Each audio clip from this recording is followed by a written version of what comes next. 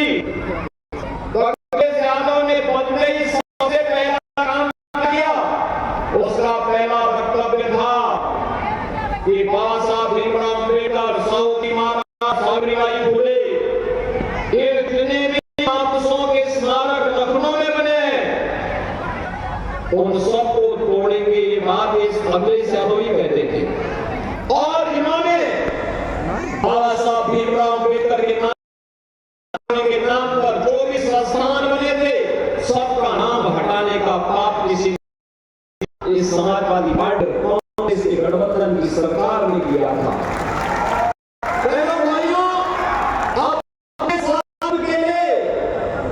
संविधान के साथ छेड़छाड़ करना, लगाना, भारत की भावना के साथ कांग्रेस की फितरत रही है और कांग्रेस आखिर वही शरारत करने पर उतारू है। कांग्रेस ने अभी आपने देखा होगा कांग्रेस का एक सहयोगी पश्चिमी बंगाल में टीएमसी है। टीएमसी का मतलब तृणमूल कांग्रेस, यहां पश्चिमी बंगाल में ओबीसी का सारा आरक्षण मुसलमान।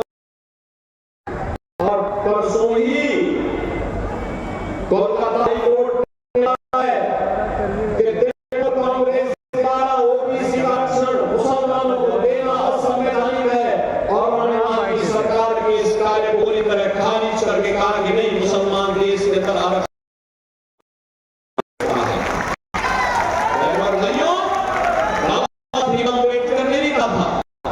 कि संविधान के अंतर्गत अनुसूचित जाति, जनजाति और मंडल कमीशन के अंतर्गत ओबीसी की जातियों को आरक्षण पाने का अधिकार है। यह आरक्षण धार्मिक आधार पर नहीं हो सकता है। बाबा साहब भीमराव अम्बेडकर ने कहा था कि धर्म के आधार पर आरक्षण यह भारत के विभाजन की नींव डालना जैसा है और 1947 में भारत का विभाजन हो चुका है। हम भारत का दूसरा विभाजन नहीं होने देंगे। और बहनों और भाइयों, इसीलिए ये कांग्रेस को इनका मैनिफेस्टो अगर आप देखेंगे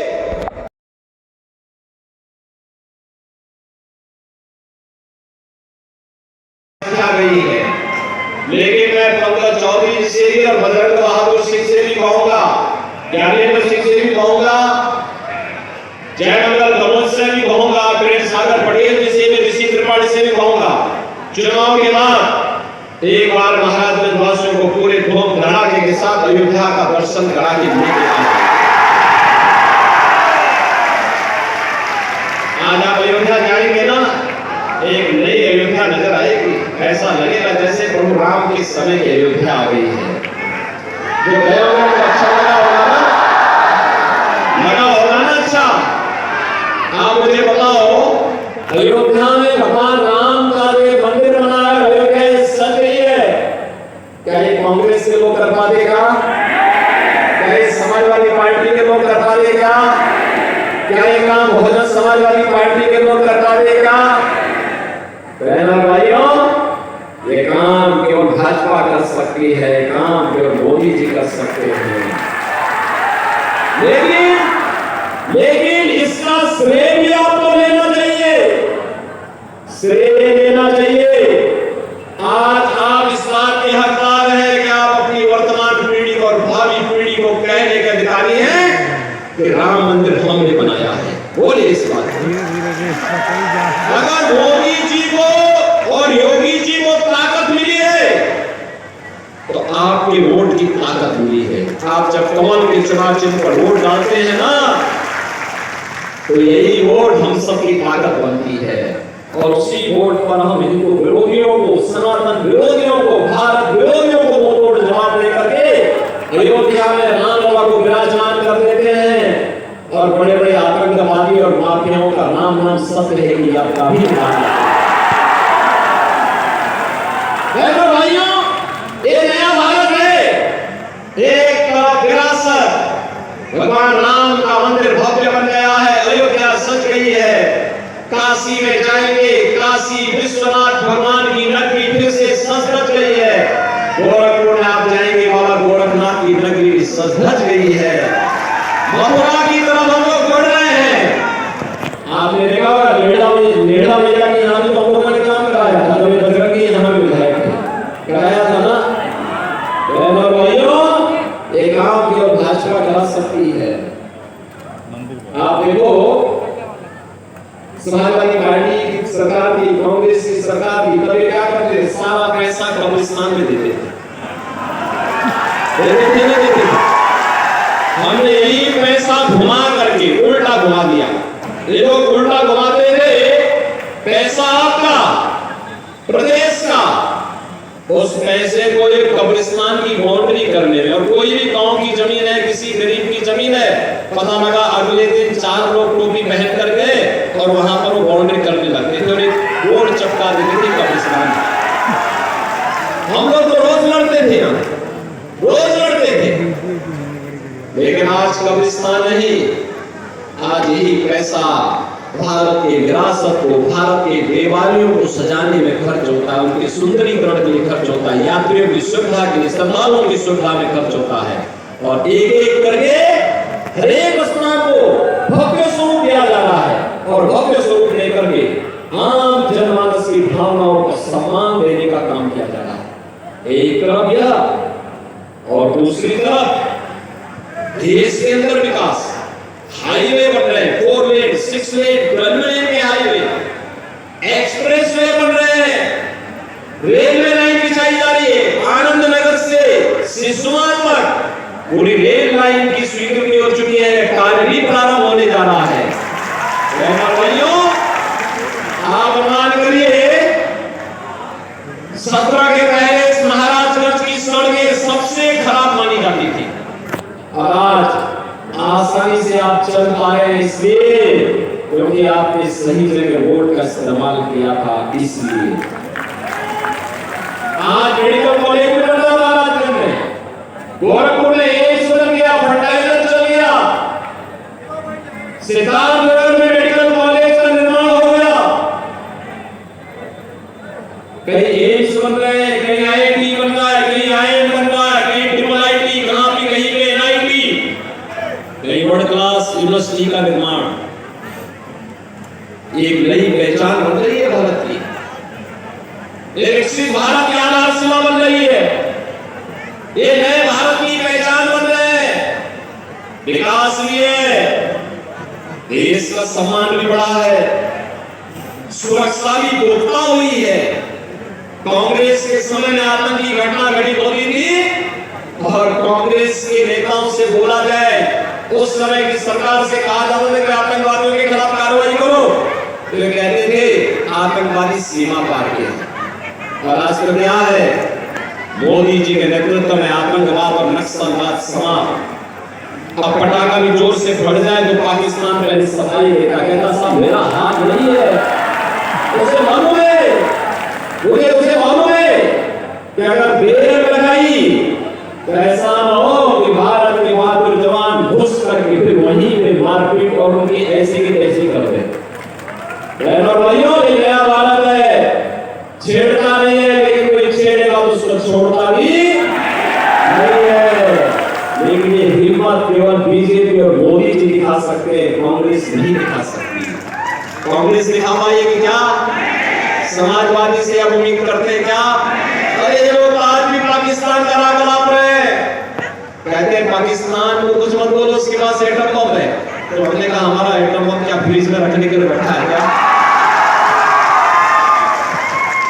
और भाइयों, ये नया भारत है, किसी को धमकी नहीं देता है, मानवता के कल्याण का मार्ग प्रारंभ करता है, प्रशस्त करता है। लेकिन अगर कोई धमकी देगा तो फिर उसको उसका जवाब उसी भाषा में देने की हिम्मत भी भारत करता है। सुरक्षा भी है, सम्मान भी है, विकास भी है और गरीब कल्याणकारी योजनाओं की कोई गिनती नहीं। 80 करोड़ लोग फ्री में राशन, इस समाजवादी पार्टी की सरकार के समय सब राशन मांगे लौट जाते थे। 5 लाख रुपए का आयुष्मान भारत का कार्ड, किसी भी हॉस्पिटल में देश के अंदर जाएंगे आपको उसके उपचार की सुविधा मिल जाएगी। यहां पे बंटानिया गांव 18 बस्तियां गिरे महाराज रहते थी, दर की ठोकरें खाती थी। आज उनको रेवेन्यू विलेज के रूप में मान्यता दी गई है। आजादी के बाद उन्होंने पहली बार एहसास हुआ है कि हम भी आजाद भारत के नागरिक हैं, सम्मानजनक जीवन जी रहे हैं। उनके मकान बन रहे हैं, वहां बिजली जा रही है, वहां सड़क जा रही है, वहां पानी की सुविधा है, उनके लिए स्कूल बनाए जा रहे हैं। और अब तो मैं धन्यवाद दूंगा उन लोगों को कि उन्होंने ऑर्गेनिक और इंटीग्रेटेड फार्मिंग की कार्रवाई को भी यहां आगे बढ़ाना प्रारंभ किया। बहनों और भाइयों, किसानों को किसान सम्मान निधि, हर गरीब के घर में शौचालय, हर घर नल की योजना। याद करिए 2017 के पहले इंसेफ्लाइटिस से, मौकी बीमारी से सर्वाधिक मौतें महाराजगंज और कुशीनगर जनपद के मासूम बच्चों की होती थी। क्या ये समाजवादी पार्टी और कांग्रेस के लोगों को नहीं दिखता था क्या? एक गरीब का बच्चा था, असहाय कमजोर का था, इनकी संवेदनाएं नहीं निकलती थी। हम लोगों ने संवेदना व्यक्त की, हम लोग गए, सरकार में आए, इंसेफ्लाइटिस को माफिया की तरह हमेशा के लिए समाप्त कर दिया। इंसेफ्लाइटिस से बच्चों की मौत नहीं होती है। आज तो मेडिकल कॉलेज का निर्माण महाराजगंज में हो रहा है। मोदी जी ने कहा है अब तक देश के अंदर 60 करोड़ गरीबों को आयुष्मान भारत का कार्ड दिया है। वे कहीं भी जाएंगे 5 लाख रुपए का उपचार कहीं भी हर वर्ष करा सकते हैं। और 4 जून को जब फिर एक बार मोदी सरकार बनेगी तो बहनों और भाइयों 70 वर्ष से ऊपर के जितने भी लोग होंगे, 70 वर्ष से ऊपर के, और सबको 5 लाख रुपए प्रति वर्ष उपचार के लिए आयुष्मान भारत कार्ड की सुविधा सरकार उपलब्ध करवाएगी। मोदी जी ने घोषणा कर दी।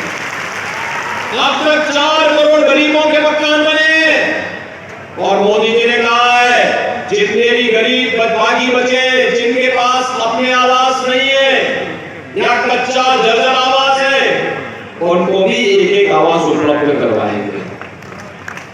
क्या ये काम कांग्रेस और समाजवादी पार्टी के लोग कर पाएंगे क्या?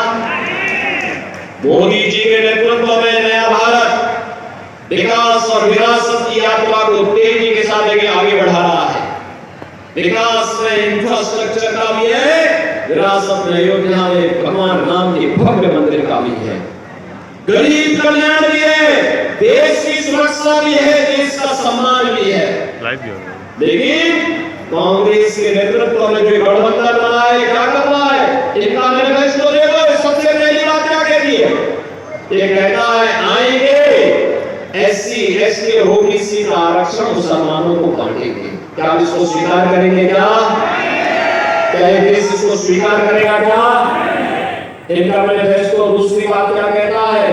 आएंगे पर्सनल लॉ लागू करेंगे। पर्सनल लॉ का मतलब जानते हैं आप? पर्सनल लॉ का मतलब है तालिबानी शासन, जिसमें महिलाओं को स्कूल जाने से रोका जाता है, जिसमें महिलाएं बेटियां स्कूल नहीं जा पाएंगी, महिलाएं बाजार नहीं जा पाएंगी, उनको बुर्का पहनना पड़ेगा। अरे हिंदुस्तान है, ये कोई अफगानिस्तान थोड़े है, पाकिस्तान थोड़े है कि कोई बुर्का पहनेगा। लेकिन ये कांग्रेस का मैनिफेस्टो कहता है कि पर्सनल कानून लागू करेंगे। और उससे भी आगे जाके खतरनाक बातें क्या कहते हैं?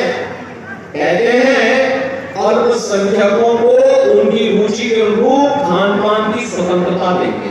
बहनों और भाइयों, मैं पूछना चाहता हूं ऐसा कौन सा खान पान है जो बहुसंख्यक खाता है और अल्पसंख्यक नहीं खाता है, या अल्पसंख्यक खाता है बहुसंख्यक नहीं खाता है? उनकी रुचि कहां है? अरे रोटी आप खाते हैं वो भी खाता होगा, चावल आप भी खाते हैं वो भी खाता होगा, दाल आप भी खाते होंगे वो भी खाता होगा, सब्जी आप भी खाते हैं वो भी खाता है। लेकिन एक जगह आकर के ठहर जाता है जहां पर वह गौ कसी करता है, गौ माता को मारता है, गौ का मांस खाता है, वहां पे हिंदू भड़क जाता है, कहता नहीं, जन्म जन्म का नाता है, गाय हमारी माता है और ये हम नहीं।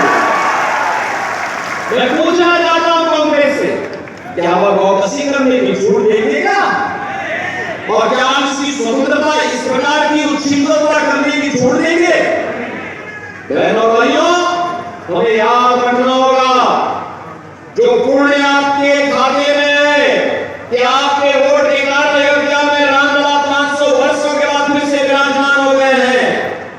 और उस पुण्य को पाप में मत बदलना। कौकसी की छूट देकर के, कांग्रेस को कौकसी की छूट देकर के इस पुण्य को पाप में मत बदलना। और इसीलिए मैं आपके पास आया हूं कहने के लिए, इसीलिए आया हूं 1 जून को वोट पड़ना है। पंकज चौधरी चुनाव जीतेंगे, कोई संदेह नहीं, कोई संदेह नहीं। लेकिन इस चुनाव में रिकॉर्ड बनना चाहिए। रिकॉर्ड बनाएंगे, बनाएंगे, बनाएंगे। खुदा महाराज दिन की आवाज में जोर से बोलो, रिकॉर्ड का जनपद है हमारा, रिकॉर्ड बनाएंगे। रिकॉर्ड बनेगा ना, लेकिन रिकॉर्ड तब बनेगा, रिकॉर्ड तब बनेगा जब आप भी बातें मानोगे। मेरी 2 बात मानोगे। एक, आपके पास 24 से लेकर के 31 तक का समय है। 25, 26, 27, 28, 29, 30, 31, ठीक 7 दिन। 7 दिन में आप में से हर व्यक्ति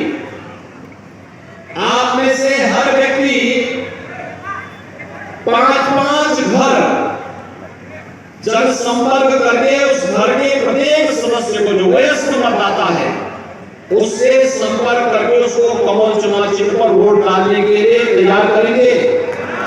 तैयार कर पाएंगे।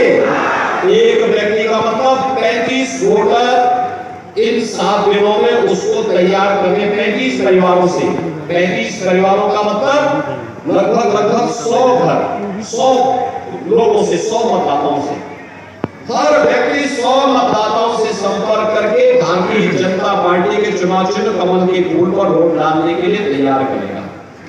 और दूसरा काम, 1 जून को सुबह 5 बजे जग करके, पूजा करके और उनको फोन करके तैयार करना और 10 बजे के पहले उन 100 वोट को मतदान केंद्र में ले जाकर के मतदान करा देना।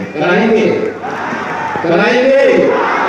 और सबको बोलना है, आत्मनिर्भर और विकसित भारत के लिए, नौजवान के हाथ को कार्य देने के लिए, महिलाओं के जीवन में खुशहाली लाने के लिए, अन्नदाता किसानों को खुशहाल और आत्मनिर्भर बनाने के लिए, अपने श्रमिकों के सम्मान का जीवन व्यतीत करने के लिए, बेटी और विद्यार्थी की सुरक्षा के लिए हमें फिर से मोदी जी की सरकार लानी है। भारतीय जनता पार्टी को फिर से लेके आना है। बोलेंगे, जिताएंगे। दोनों हाथ आगे फिर से बोलेंगे, भारत